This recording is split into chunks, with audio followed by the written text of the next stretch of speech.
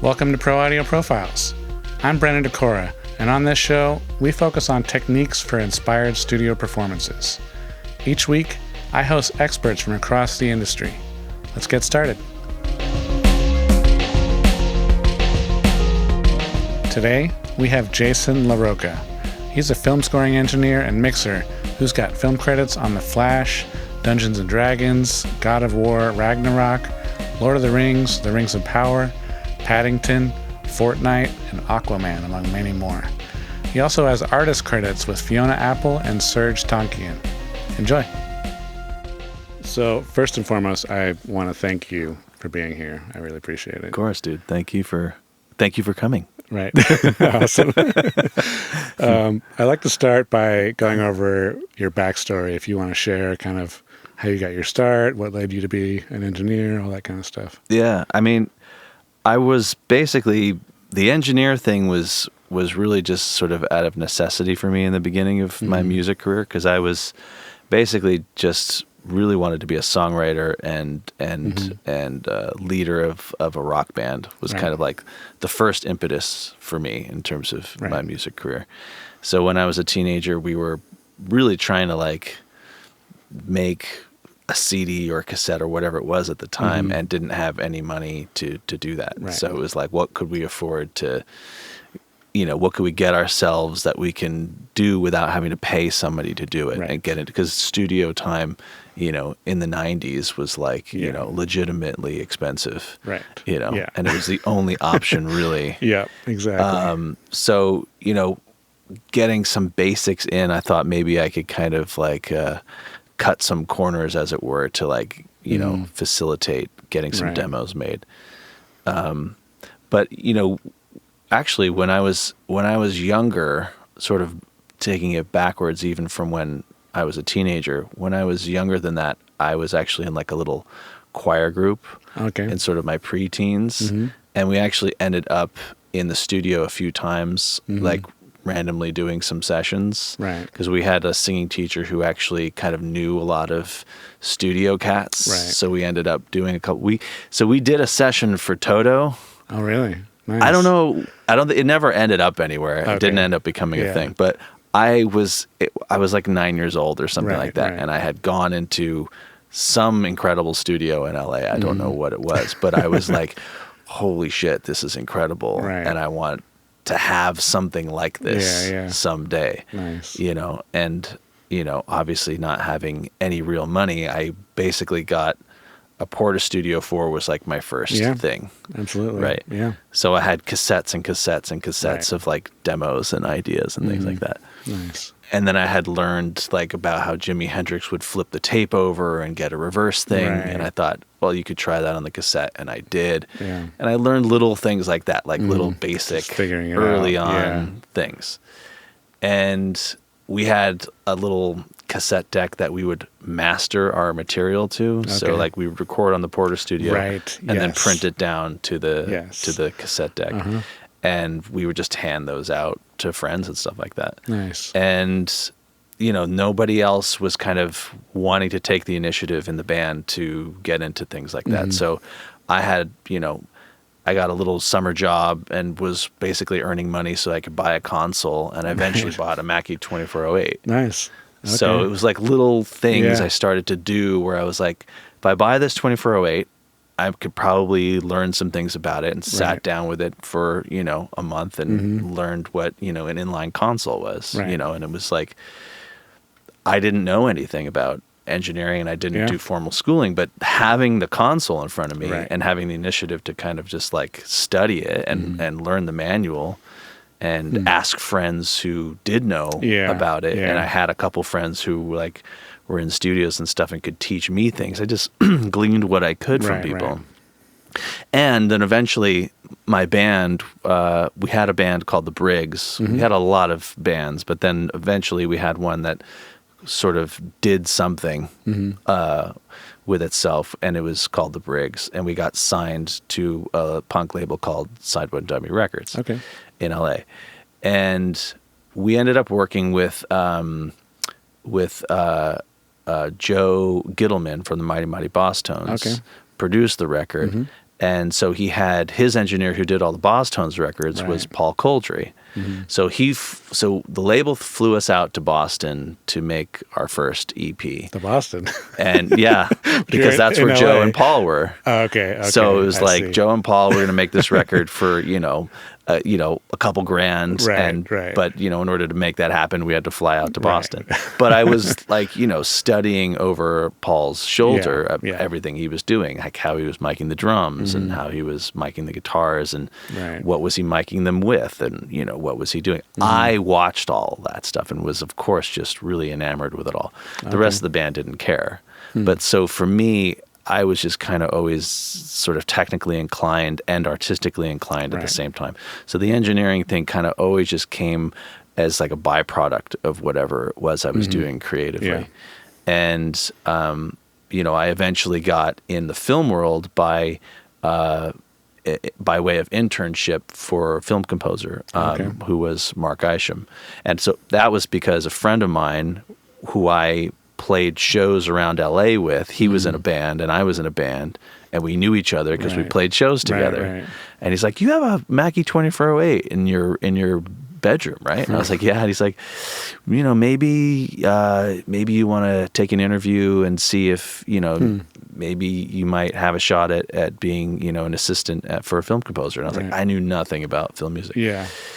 So, that was like a total shot in the dark, which ended up becoming a thing. And I interned for Mark for a while and then eventually became his assistant.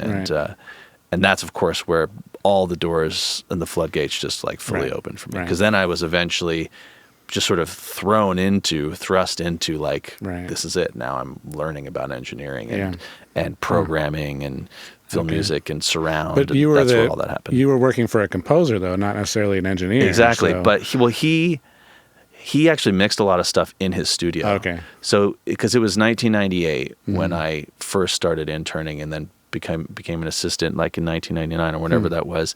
His engineer was Steve Krause, and he actually mixed in his studio a lot. So he had just gotten a Euphonics CS3000 console, and that was very new to everybody. Right. It was the first sort of digitally controlled analog console that could do film music on in a sort of small format. And I took the initiative to learn the console and try and be very helpful to Steve. Steve mixed there a lot. So I did get to see a lot of what he did in his process. And that, of course, was more interesting to me than the writing side, because I didn't feel like I necessarily understood how to really write for an orchestra. It was very, very alien to me. I didn't understand it. But in terms of like how to make it sound good, I felt that was something I felt was tangible to me. I was like, I think I can figure this out. And felt sort of along my path as far as an artist, being a huge fan of the Beatles growing up and loving all the orchestral elements that they had in their music. I was like, okay, this makes sense to me from a sonic perspective. Right.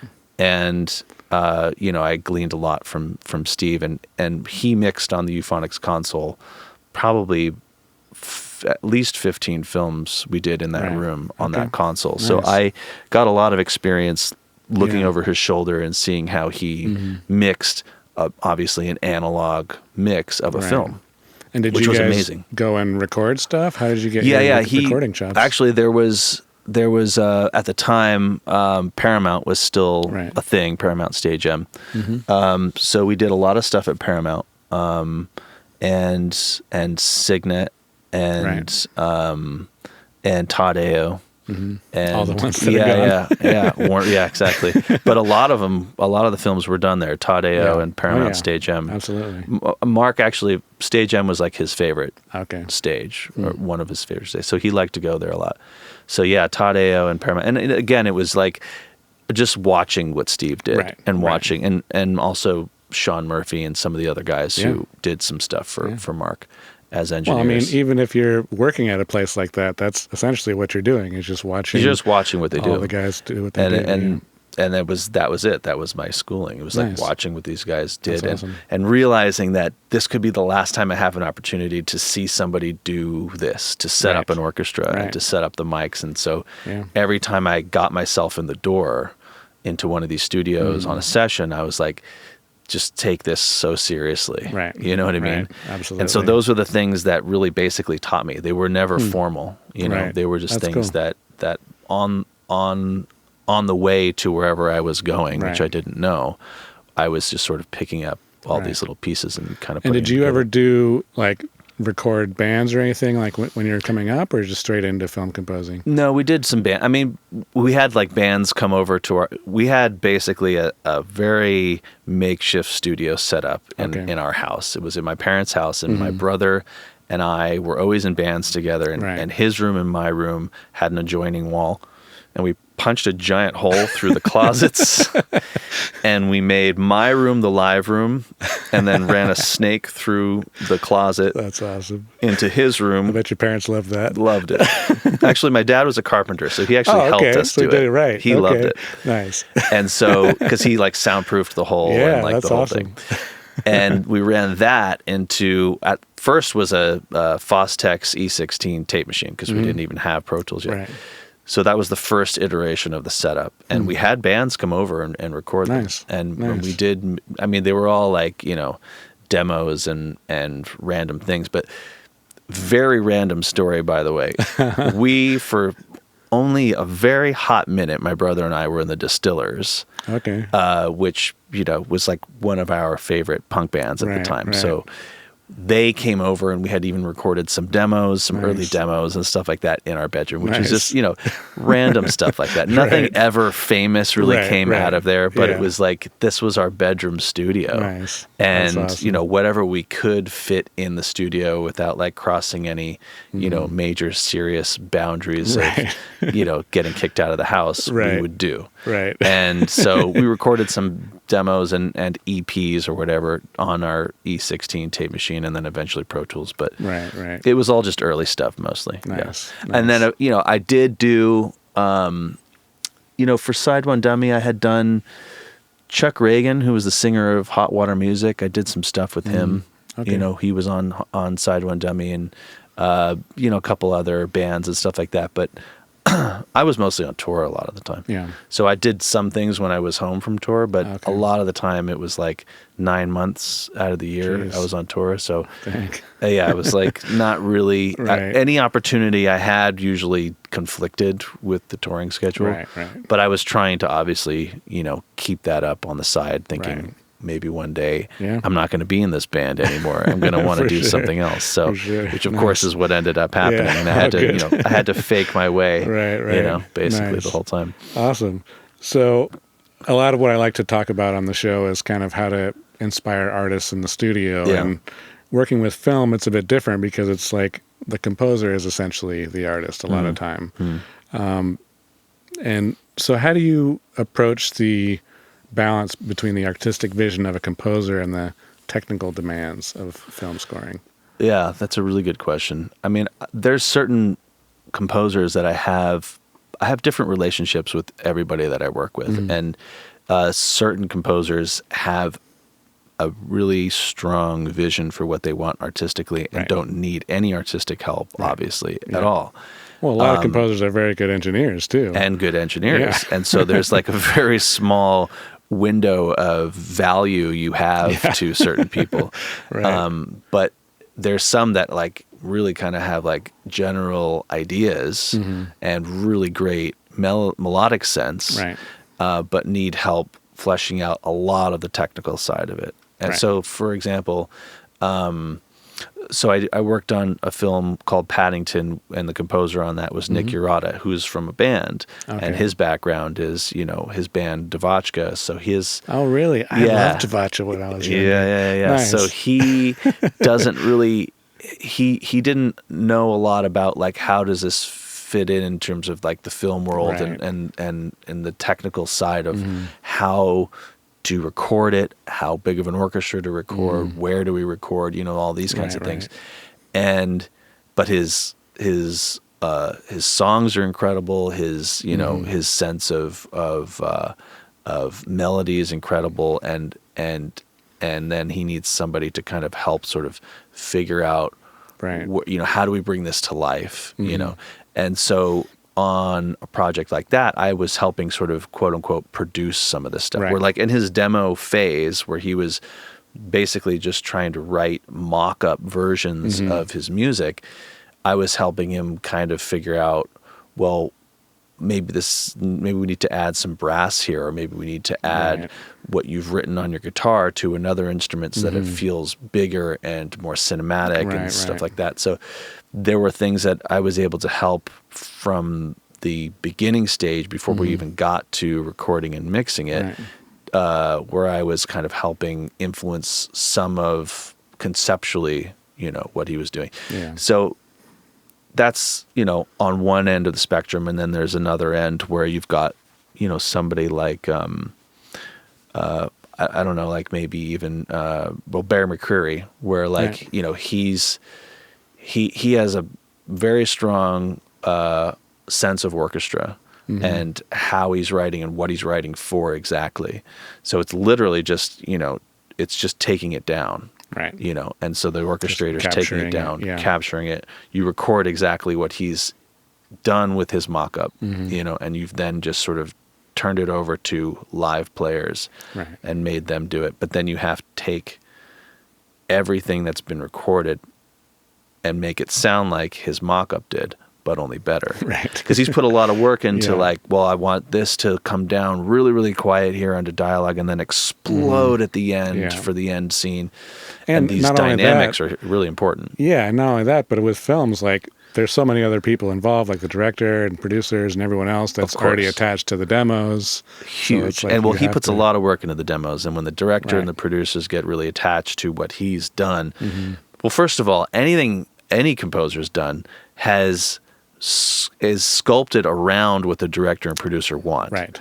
So when you get something from the composer, you should really study it and understand what it's doing and all of its parts and why it's put together the way it is. Because if you start to take it apart and deconstruct it and make it quote unquote your own or something like that, you are invalidating so much hard blood, sweat, and tears that went into it.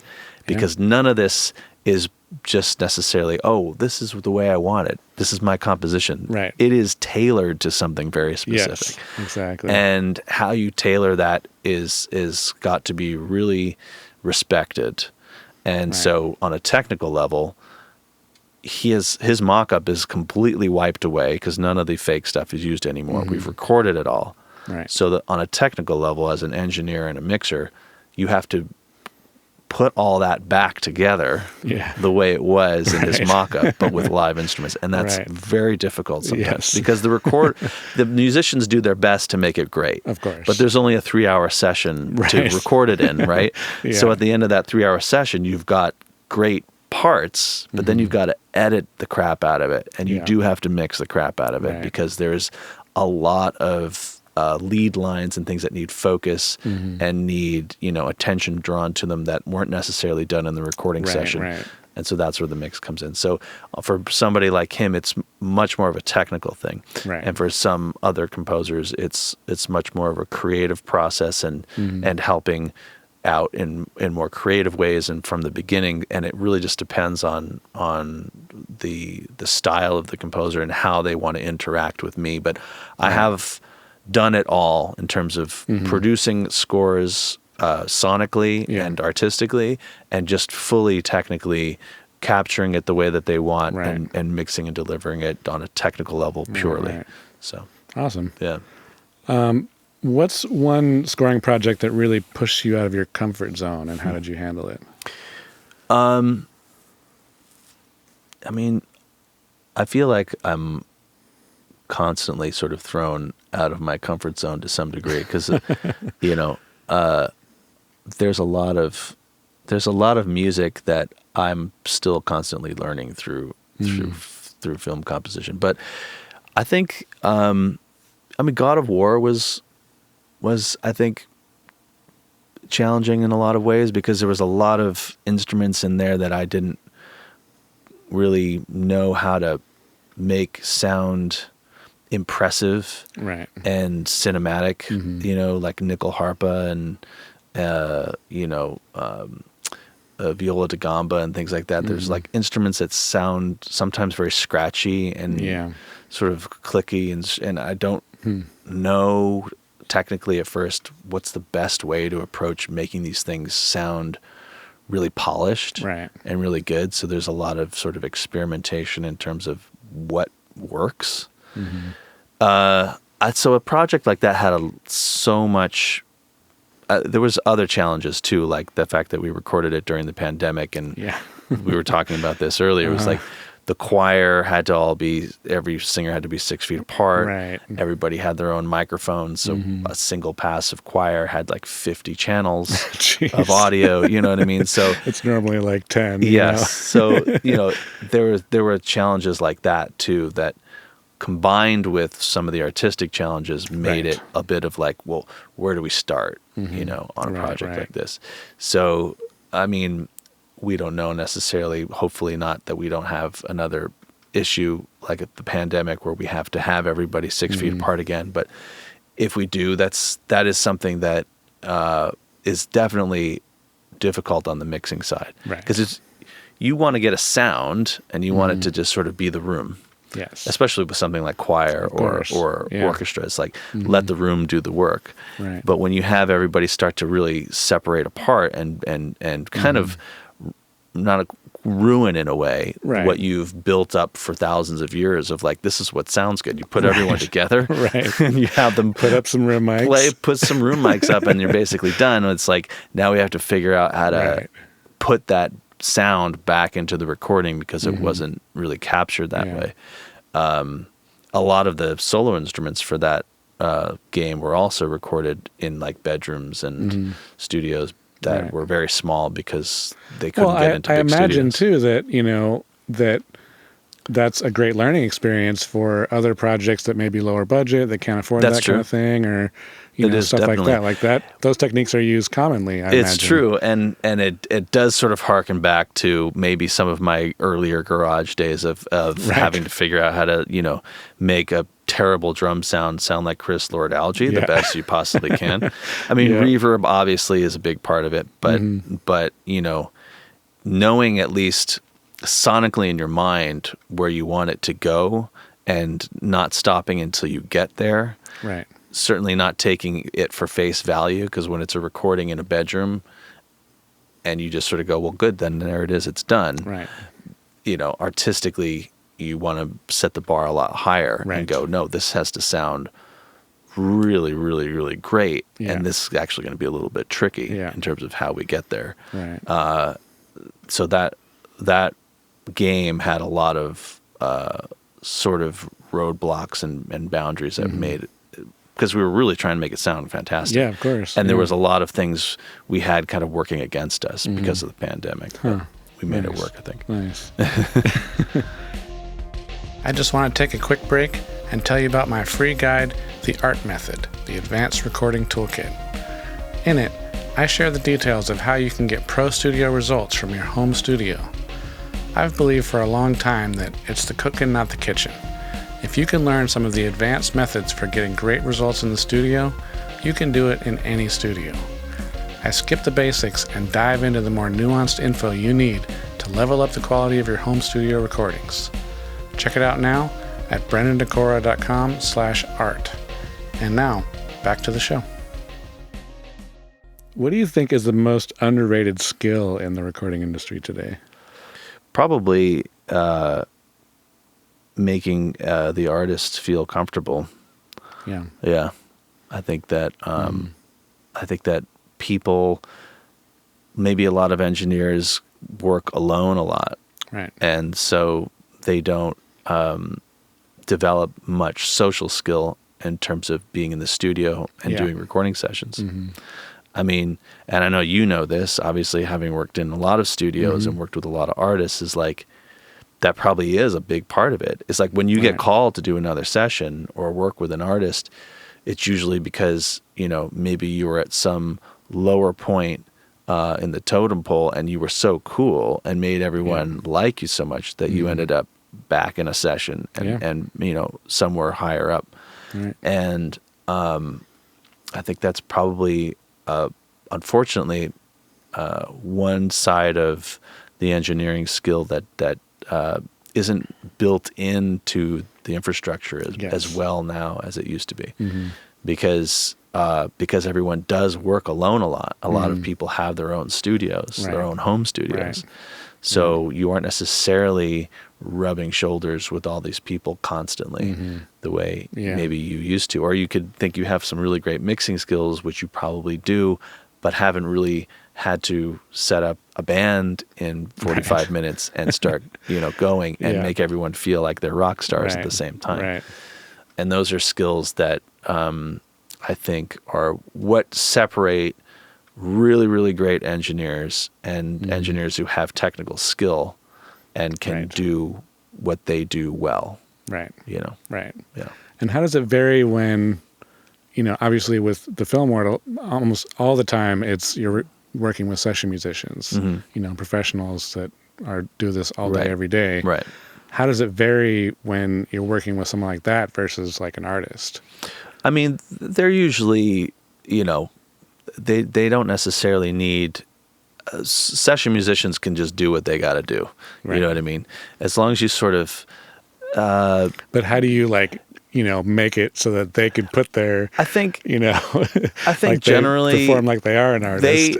Their biggest thing is like the headphones, which I think is probably with any artist. Yeah, you know what I mean? That's true. They don't want a bunch of reverb in their headphones, and they want to kind of just hear what's going on, get a sense of the room, and get a sense of maybe a little bit of the score that they're playing against. But mostly they want to just hear each other in an orchestral setting. Right.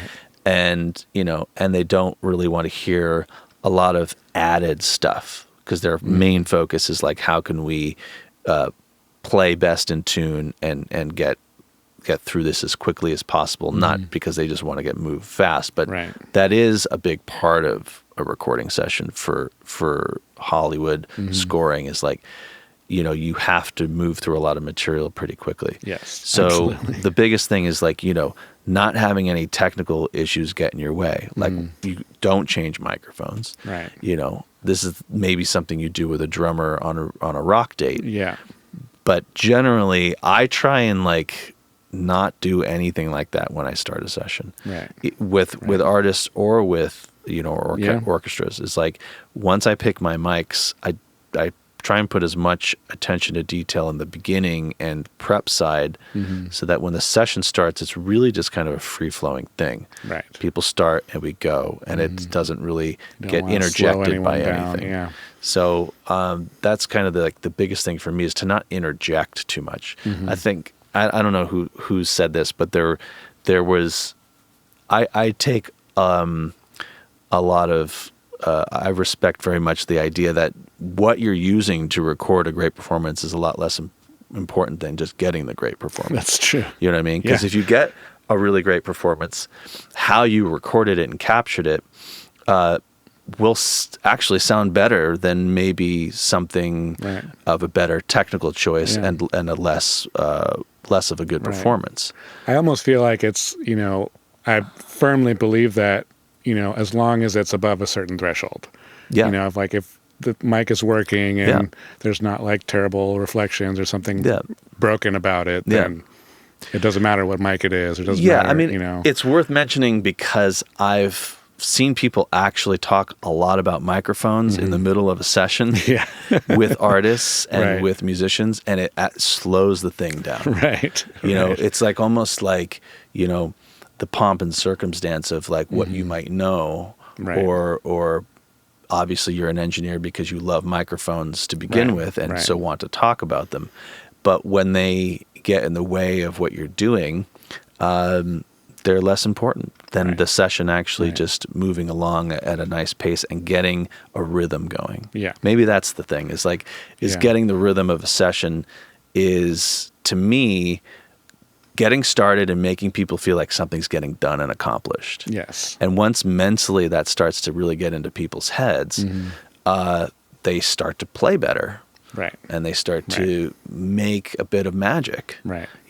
Well, that's the thing is there's so much hubbub about the gear and the equipment and the technique and all that. And yes, obviously it makes a difference, but at the end of the day, the real goal of it is to kind of be invisible. Totally. To allow for the art to come through and to allow 100%. the inspiration and everything else, because that's what makes Yeah. the biggest difference. You Yeah, know? exactly. I think if there's something you feel like you want to do better, make a note of it and do it on the next session. Because you're going to do another session. Right. Yes. And don't do it during that session. Right. You know what I Exactly. mean? Go, you know what? That was the wrong Yeah. compressor choice. Or maybe that's the wrong threshold. It's just sounding too whacked or whatever. Right. And leave it. Right. And just do it on the next session. Change it then. Just learn and grow. That's the your next time. Yep. that's your rate of change. You know what I mean? It Exactly. isn't to stop a session and go, guys, I'm so sorry, but the ribbons were the wrong choice on the violins. It's like, maybe they were. Yeah. That could be true. But change it on the next session. Right. Exactly. That's my advice. Exactly. Anyway. Yeah. It's actually funny. The next question is about technology of all things. Yeah. So in terms of technology, what's one recent advancement that has significantly changed how you work?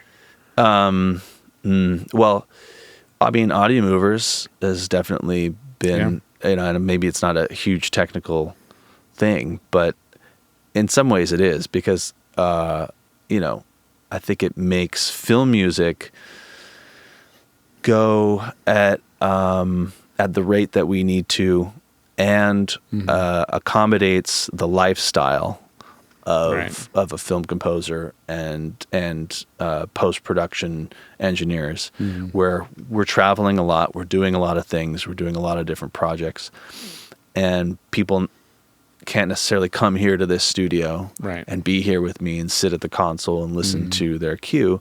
They can do it over Audio Movers.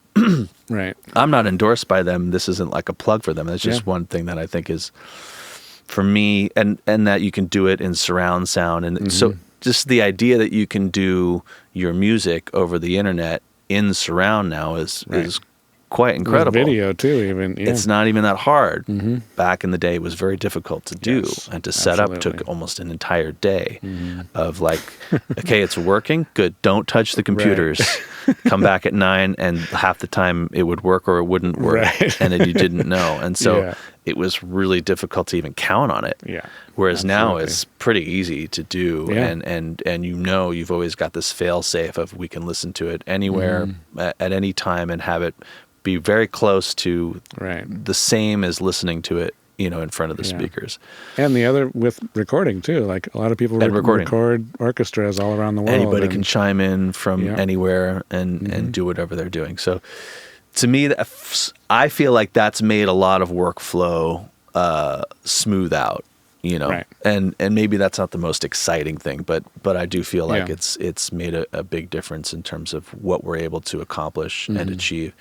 And I think that just the computers themselves, I mean, the fact that you've got a Mac Studio that doesn't require any external cards, we don't necessarily need DSP cards and things like that. We can do this pretty much all on a computer in the palm of our hands. Right.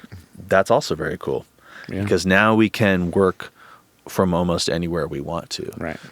Exactly. So I just feel like there's really kind of like, there's nothing really holding anybody back anymore, which is great. When I started, it was like you had to be in a really expensive studio with really, really nice speakers, with a lot of different things sunk up through time code to even hear something. Right. Exactly. You know what I mean? And it was like a big technological situation just to know if something even looked or sounded right. Right. And now you don't even need to bat an eye. You could just go and know that something's going to be really good on your headphones. Yeah. If you have good headphones, you almost can do anything at this point. Right. It's kind of leveled the playing field, obviously. Completely leveled it. I mean, the fact that you've got, the Dolby Bridge, but just even that. I mean, the fact that you needed 2 computers in the beginning just to do Atmos. Yeah, they just, with a new update, you can do it all within Pro Tools now. That's another incredible you don't even thing. Need 916. Yep. Incredible. The fact that, we're as wide as 916 now as a basic panning bed is like, that's fantastic. You know what I mean? There's so much to take advantage of now. Right. Yeah, for sure. For sure. Absolutely. So with film scores, there's often extremely tight deadlines, as you know. Yeah. How do you approach that challenge? I mean, we try and do a lot of what we call pre-mixing, which is also something that there's a lot of stages to post-production, and the final stage is what they call the dub, Right. And the final mix. And when they're doing the dub, they usually do sometimes weeks of what they call premixing, where they do a lot of the nuts and bolts, routing, basic panning. Certain things are final in terms of audio, so they can get those set and EQ'd and compressed and edited the way they want. But certain things will get replaced. So they can get a lot of things started and sounding generally the way they want. And then as things come in and are more final, like in the case of a score, the orchestra, maybe the strings are done, so we'll add the strings in, but we've pre-mixed the synths, we've pre-mixed the fake strings, we've pre-mixed the fake brass.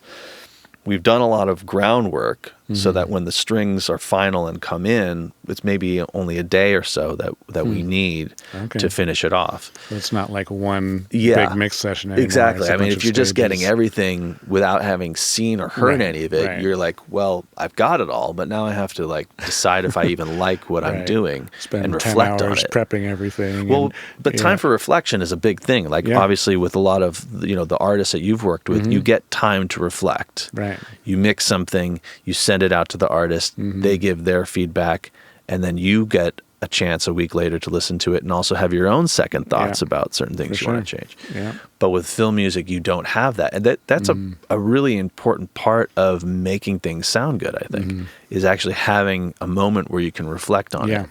Exactly. And when you do get those moments, I feel like those are the scores or projects that sound a lot better. Right. When you have that time to reflect. So I try and build in time where I can reflect on it, where I can do pre-mixing and then come back a week later and go, yeah, I actually don't like this thing. I want to change the reverb and I want to change the perspective, and then make it just that much better. You wouldn't have that if you just were like, okay, we got 48 hours, we got to do this. And just out the gate, like, how do we, it's like you were talking about the triangle, right? Where it's like you can pick, your price, you can pick how fast you get it done, and you can pick quality, but you can't have all three. Yep.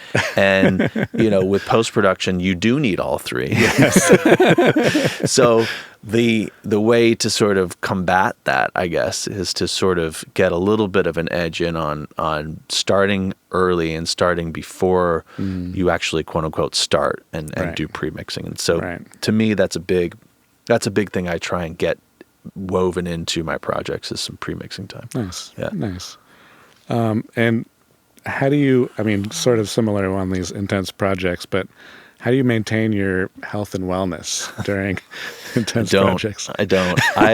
This has been a really major point of, look at me. I'm just an absolute wreck. I actually got a little bit of tan over the last couple of days because because it's New Year's. I happen to have a couple of days off. Right. So I actually do have a little bit of color on my skin, but I usually look very pale. Awesome. Very ghostly. Yeah. I think the biggest thing is, so we were talking about this too. It is really important. It's actually a really big deal. And I'm actually trying to work on that a lot. So I don't have all the answers, but one of the things that I try and achieve is having other people help me and not try and do everything myself. Right. I do try and do everything myself, and that's a thing I try to let go of. You know what I mean? Because it's like you want to be the person who got the kick drum sound. Right. You always want to be that guy. But then there are certain practicalities where when you get busy enough, you have to let certain things go and have other people help you and know where you really need to step in and where you can let other people kind of help fill the gaps so that you can have some time to get some time on the beach or with your kids or, do yoga or whatever it is you feel gives you your counterpart to what you're doing. Because I think if you're doing just 10 hours a day of this, you have to have something at the end where you do something opposite to it. Right. You know, and you're not looking at something 3 feet in front of you. You're looking Yeah. at something that's 20 feet away from you, and you're going for a walk, and you're doing something, and again, trying to exercise. So I try and do it at night, but of course it doesn't always work out schedule-wise to do it that way. Yeah. But it's frickin' key, and is definitely something this year that I want to improve on a lot, because I think there's like guys that I look up to, like, I mean, like, obviously, you know, rest in peace, Al Schmidt was like, to me, a really great example of that. Right. Because he was, you know, he won more Grammys than anybody, but he also looked fantastic. Yeah. And he was in shape, Yeah. and, you know, he worked out, and he was freaking, you know, Absolutely. he wasn't a young chap, you know, and No. he was, you know, he was just, to me, a perfect example of that, of like somebody who just was like somehow able to make it all work, you know, having sort of being sort of causative over what is generally a very chaotic job. Yeah. You know, we don't define the schedule, you know, as engineers. It's like our artists do, you know, and it's one thing if you have one artist you work for, but if you have 2 or 3, they don't know what each other's schedules are. Yes, so now you're sort of working you're almost around the clock. Yes. And, you know, and somebody like Al Schmidt was doing that, but was still finding time to, you know, be healthy and exercise and that sort of thing. So again, I don't have the answers, but I definitely aspire to that. I think it is certainly when I'm happiest, I'm balancing it to some degree. Right. And I'm getting out of the studio and trying to make boundaries for like no work on Sunday. You know what I mean? Yes, Something, exactly, anything that just gets a little bit of just a chip. Build it into the schedule. Chip it away somewhere. You know what I mean? Exactly. Absolutely. And what do you do to continuously improve your skills? I think I like to watch videos and listen to like even your podcast and anybody else's shows and podcasts where they have videos on this stuff. Right. You know, Pensato's place, Dave's incredible. Any of the different, there's so many. What's great is there's actually so many opportunities for that now. And I like, you know, I'll watch Alan Meyerson videos or videos of Chris Lord-Alge or whoever. It's like these guys, you know, are and always will be kind of like, you know, my idols. And so, I mean, yeah, if I'm feeling stuck on something, like how the hell do you freaking EQ a nickel harpa? Like, even though I've done it before, I'm like, I'm really curious. Maybe there's a video on it, you know what I mean? And I'll look up just someone else's viewpoint on how they do it that is not necessarily your own. Because then you could kind of take or leave some of that information, but it's at least a different viewpoint. And also will often validate the fact that nothing is ever really wrong. Right. Right. Right. It's Exactly. like you can do these things a million different ways. So it's kind of fun to know what all the different ways are. Right. Whether you use them or not is kind of like moot. But the fact that you get the information just sort of makes you feel a little calmer, you know? So Exactly. I just scour the internet. Yeah. Basically. Awesome. And what is a common myth about film scoring that you'd like to debunk? Man, I mean, I guess that, you know, that there isn't much to it.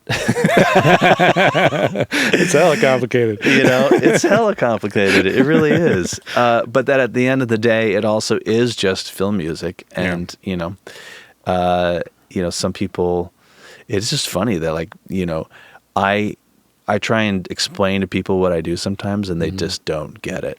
Right. You know what I mean? Like, I record and mix music for film. They're like, what is that? Right. Like, a lot of people actually just don't even know.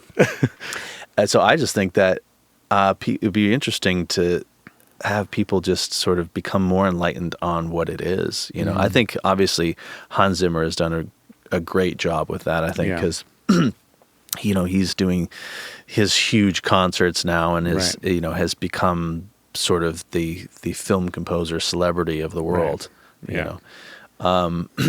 But even before him and you had John Williams was really the only person who you could associate with film scoring. Was like, well, what is that? Oh, well, you know the theme for Star Wars? Yeah. Oh, well, that's film music. Okay, I get it. But I think that there's, when you got guys like Trent Reznor and stuff like that who are starting to score, these guys people can understand and get because they came from a background that people understand. They're like, oh, okay, he was a rock star. Okay, and he's a film composer. Okay, so it's kind of the same thing. And it's interesting how many film composers do come from that side. Yeah. There's a lot of them. Yeah, there's a lot. Yeah. A lot of, and people don't really, know that. It is definitely a very, it's a difficult job like any job. And it is like it's an endless rabbit hole of discovery, like almost anything as well. Right. So, I think that it's awesome. It's freaking awesome. That's what I want people to know, is that it's fucking awesome. Awesome. It's a beautiful art form. Right. If you could collaborate with any artist or composer, living or dead, who would it be and why? Collaborate with. I'm a huge Led Zeppelin fan, so nice. It'd be cool to have do a record with the original lineup of Led Zeppelin, or work with George Martin. Right. I would have loved to have met and worked with him. The Beatles. Awesome. And I really like Billie Eilish. I think it'd be cool to one day somehow end up on something together with her, even if it's just, she doesn't even know I exist, but worked on, and it's obviously, I think, she's just done so many different things and crossed so many cool boundaries. I definitely respect her art for sure. Nice. Yeah. Awesome. Yeah. Is there any current or recent projects that you can talk about that you'd like to? Yeah, actually, we have something coming out next week. The Book of Clarence is a film that's coming out next week with the director is James Samuel. He did a movie called The Harder They Fall for Netflix a few years ago. The film is produced by Jay-Z, and James Samuel, the director, also wrote the score, wrote all the songs in the film. He wrote the script, and he's a producer on the film. So he's a pretty talented guy, and I got to mix the score and mix a lot of the songs for the film. Okay. So he's got a bunch of songs with Kid Cudi and a bunch of great artists singing on them and stuff like that. Right. Fantastic songs in the film. So I'm very excited about that just from a musical perspective. That was a lot of fun. And that's coming out next week. And I think there's a couple TV shows. I actually don't know if they have official titles yet. Okay. So maybe I guess I can't mention them. Good. But yeah, that's probably the main one. And then of course there's there's the Grammy nominated things, which I guess just came out, but the Sweeney Todd cast album. Awesome. Congrats. And thank you. Awesome. And the God of War Ragnarok soundtrack. Cool. Yeah. Sweet. Yeah. I like to wrap up with the same few questions each time. Yeah. First one is, who is your most influential teacher? And it can be a few. It doesn't have to be. Yeah. I think probably, it's a really good question. I would say Mark Isham. I learned a lot from him, and he was kind of my first, he was like my first real job, I guess, when I was interning and assisting for him. So I didn't really know a lot, and he taught me a lot about, the film industry and a lot of other things. So I would say definitely him and my father. My father's not around anymore, but I learned a lot from him growing up. I worked for him, for that summer when I earned enough money to buy some gear. Right. So he was definitely a good teacher of mine. Nice. And that's probably it, I guess. That's cool. Yeah, no, that's good. My dads. Yeah. My two dads. Of course. The next question is, what is your favorite reference track if you have to go to a new studio? Now, granted, you probably won't do that so much anymore, but not as much anymore. But I had a few. One, it's been a few different things. I've had Inception was one for a while, and then, in terms of like references that were my own. Yeah, because I've used my own too, but in terms of like others, and I was using Bad Guy, as a reference on a couple things, and Doja Cat. I've sort of referenced some of that stuff. But not many references lately. Yeah. Like in the beginning, I did a lot of that. Well, you've always worked at the same places. Like American Idiot was actually a big reference for mine for a long time. Nice. Like that, not actually that song, but what's the third song with the big backbeat? Oh. September Ends. Yeah, okay. September Ends. Right. That song is just absolutely smashing. Nice. So that was definitely a big rock reference for me for a while, was American Idiot. Sweet. Yeah. I'd say that's probably, I still think to this day, one of the greatest sounding rock records. Nice. From a mixing perspective. Right. Yeah, ever. Awesome. Yeah. Sweet. Yeah. Last question. What would be one tidbit for an upcoming engineer? Actually, probably just to make music, I think is probably the best thing an engineer can do. That's true. I think starting out is to literally just make music, not worry too much about getting a job as an engineer or anything. Right. But just to create something, because you get so much out of that, and you become the artist, and then you also become the engineer for that artist. Right. And so you kind of see the full cycle. And at first, nobody's necessarily hiring you, so you hire yourself.